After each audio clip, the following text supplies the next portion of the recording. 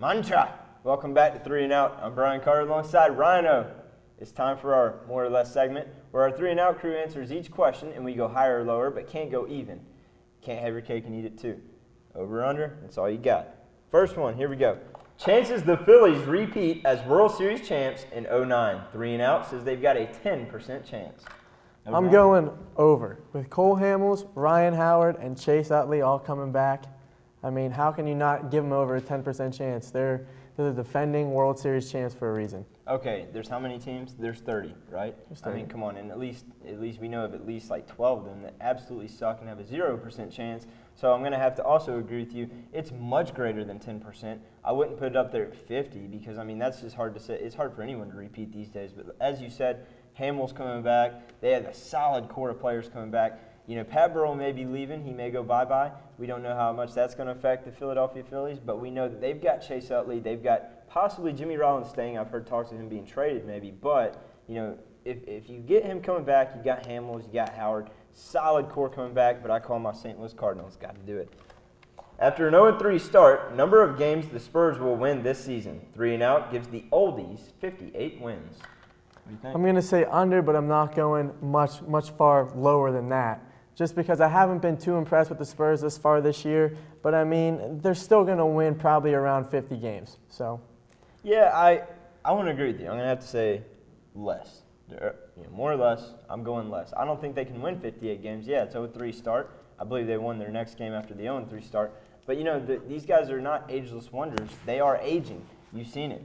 You know, Parker, Duncan, they're not getting any younger. Bruce Bowen, they're getting older. Bowen missed a game, hadn't missed a game in years, and you know he was held out of the starting lineup. So these guys, injuries play a key role, and they haven't had dynamic changes over the years. They've been counting on their core coming back over and over and over and over again. It's been successful for the past like 5 years, but we saw signs of that last year, how they fatigued near the end of the season. So I will go under. I will agree with you, about 45, 50 wins, somewhere around there. Powder Puff losses for Michigan in the next 2 years. 3 and Out thinks Big Blue will lose one more in the next 2 years. I'm going over. I mean, the curse that I mentioned in the last show, the Mountaineer curse, here it comes again. I mean, and they just looked absolutely pitiful against Appalachian State. Was supposed to be a powder puff game for them. And then this year against rival Notre Dame, they just look absolutely horrible. Yeah, I agree with you. I'm going to have to definitely say more. Come on, guys. 3 and Out, what are you thinking? One more Powder Puff loss? This team can't even get one win. So, I mean, it's been a tough road for them to travel. Granted, they've had 41 years straight of a winning season. Not many teams can say that. But lately, they have played some crummy football, especially last year. It all began when they lost to App State. They've lost to some pretty crummy teams. So, I'm going to definitely have to say more. I'll say it's more like 3 Powder Puff losses in the next 2 years till that next recruiting class can come in and bring in some fine elite players for Rich Rodriguez. Nothing's going to happen until then.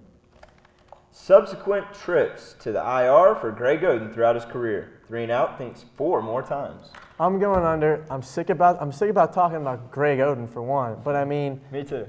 You just give the guy a chance, please. Just somebody give the guy a chance. Let him get in the groove of things. Let him get the rust off. You know, he's the #1 pick for a reason.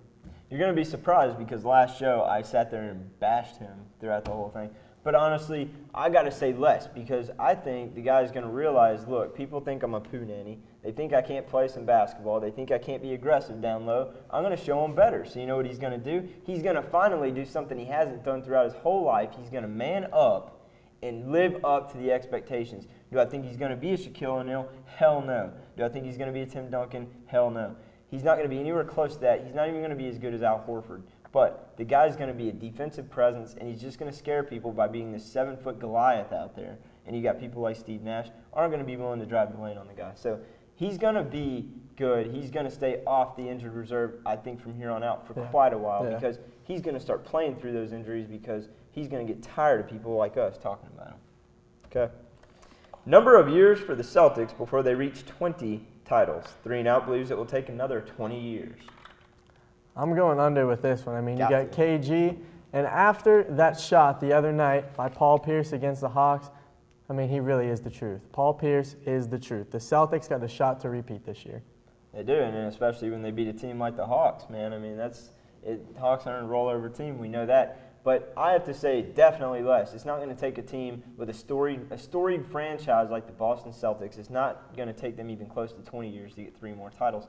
I mean, it possibly could, because that's, I don't know, I'm terrible at math, but that's basically what, 1 every 8 years, 9 years, something like that. Yeah. Who cares? Whatever. Point is, I'm going to say less. I think that with their storied tradition and the big 3 they've got, you mentioned Paul Pierce and Ray Allen and Kevin Garnett, they still have some prime left in them. They have a chance to win at least 2 more together, and then I think in the next 20 years they'll get that.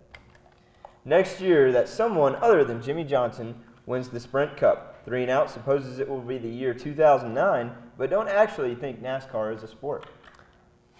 I'm going over, but I really know absolutely nothing about NASCAR, nor do I care. So you take I don't either. Well, I don't either. I grew up. Let's throw it out there. I grew up pretty close to NASCAR. My dad took me to a lot of races as a kid, but I've seen the way I wouldn't even call it a game. I wouldn't call it a sport. I've seen the way that racing has changed over the years. It's just a bunch of rednecks now. You got guys like Tony Stewart out there slowing down his car aerodynamically by just being a fat guy. Can't even go around the track.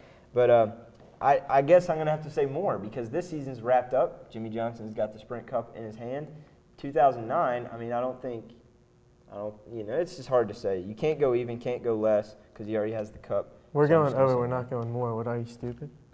No, I'm not. My name is not Matt Curtis. So, topics we will dedicate from here on out on soccer, golf, tennis, or NASCAR. Let's throw in hockey on that one too. 3 and Out guesses won in the final 4 months now of 3 and Out. Well, I'm going under only, but if something happens with Tiger's comeback, I mean, I see us talking about him a lot. So, I'm gonna say less, but there is that chance. Like if again, I can't go even. I'm not gonna go more.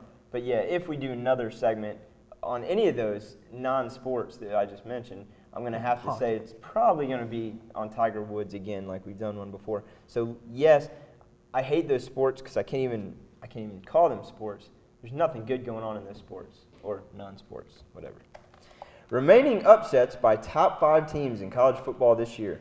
3 and Out approximates 4 more top 5 teams that will be upset. I'm going under.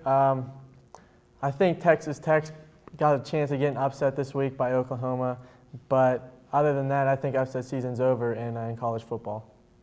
I would have to say more, man, because I'm looking ahead and I'm seeing the fact that we're going to see, Alabama maybe in the SEC championship game could get beat. That's going to be one that could happen. So, I mean, it's a possibility. I'm just going to say more. It's an even yoke in NCAA football. All the time we're seeing better teams out there. Really fast, we got to get the Piedmont Sports Minute in and then win this booty. So the Piedmont Sports Minute starts now. Women's basketball, looking for a three-peat this year. National tournament 2 years in a row. They've lost some big players, though. GSAC Player of the Year, Nikki Sosby. They lost seniors Stephanie Rainwater, Yetta Bailey, Sheena Tremere. 24-4 last season. They've got their big players this year coming back. Beth Adcock, the Iron Man of the team, Iron Woman of the team. In minutes, Lisa Jennings, the three-point genius, and Laura Simmons, the impact player. Kayla Duncan has got to make a turnaround, though. Moving on to men's basketball now. They went 14-13 last year, but they lost Jake Green, Wes Parker, Brandon Mayweather, and, of course, Jake Baldwin. You can't replace a Jake Baldwin. You can't replace a leader like him. So a leader on this team must arrive early. I think Sam Coppedge is going to be the one to take the reins here in his junior season. Averaged 14 points per game last year, and then you also have Michael Rubio, 13.6 points per game. So it's going to be interesting to see a lot of youth on this team. The one thing that could hurt them is that youth. They might not have that experience. Yeah, you mentioned Coppedge. That's good. Okay, win this booty. Last thing we got to get to, name the active NHL leader in goals and assists. Pretty simple. Time has run out for us here on 3 and Out. The hourglass has ended. I'm Brian Carter. I'm Ryan Orlovsky. That was 3, and we're out.